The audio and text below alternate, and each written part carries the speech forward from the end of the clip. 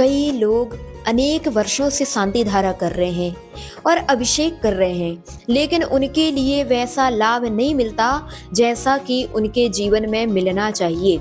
उनके पुण्य का वैसा आश्रय नहीं होता जैसा कि होना चाहिए। आखिर में क्या कारण है कि उनके लिए वैसे पुण्य का आश्रय नहीं होता? उसका मुख्य कारण है कि आपने केवल क्रिया की लेकिन भाव निहित नहीं किए। आपने शांति धारा में मन नहीं लगाया।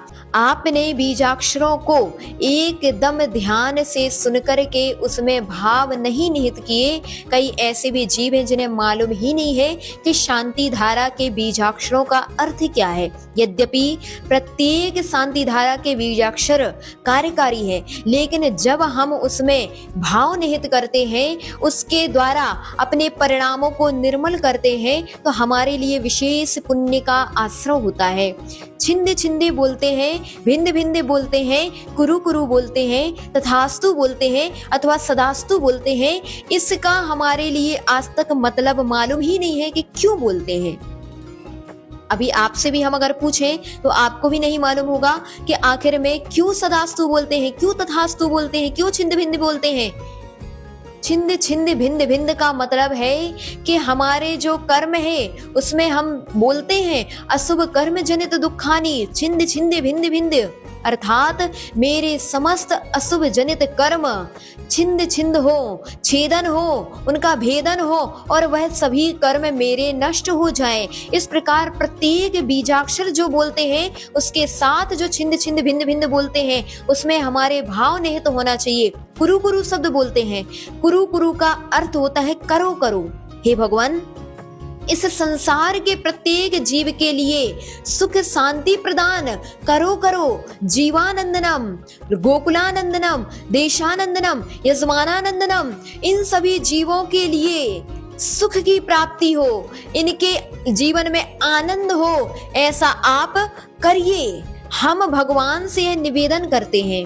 तथास्तु बोलते हैं, सदास्तु बोलते हैं। इसका भी कारण है कि आप बोल रहे हैं उस समय कि हे भगवान, सुखमस्तु, कल्याणमस्तु, वृद्धिरस्तु, तुष्टिरस्तु, सदास्तु, तथास्तु, अर्थात कि मेरे जीवन में सुख हो, सदा होवे, सदास्तु, सदा होवे, तथास्तु, ऐसा ही होवे, वैसा ही होवे जैसा कि बीजाक्षर मंत्रों में लिखा गया है, वैसा ही हमारे जीवन में अथवा संसार के प्रत्येक जीवों के जीवन में इस प्रकार के सुख की प्राप्ति हो। इस प्रकार की भावना जब हम भगवान के चरणों में बार बार निर्मल परिणामों से भाते हैं तो हमारे जीवन में विशेष प्रभाव पड़ता है।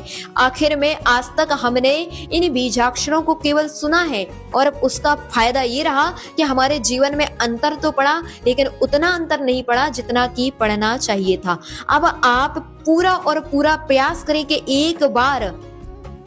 एक बार शांति धारा के बीजाक्षरों का अर्थ हम अन्य किन्हीं साधुओं से हम अवश्य पढ़ेंगे, और जब हम उसके अर्थ को पढ़ लेंगे तो हमारा भाव, जब जिनेंद्र भगवान का अभिषेक होगा और शांति धारा होगी तो विशेष भाव उसमें निहित होंगे, और यही कारण होगा कि आपके लिए विशेष पुण्य का संचय करने में वह शांति धारा विशेष निमित्त में बनेगी। तो अवश्य ही इसका अर्थ भी समझें और विशेष रूप से भाव भी उस शांति धारा के समय निहित करें, तभी आपके लिए विशेष पुण्य का आश्रय होगा, कर्म की निर्जरा होगी।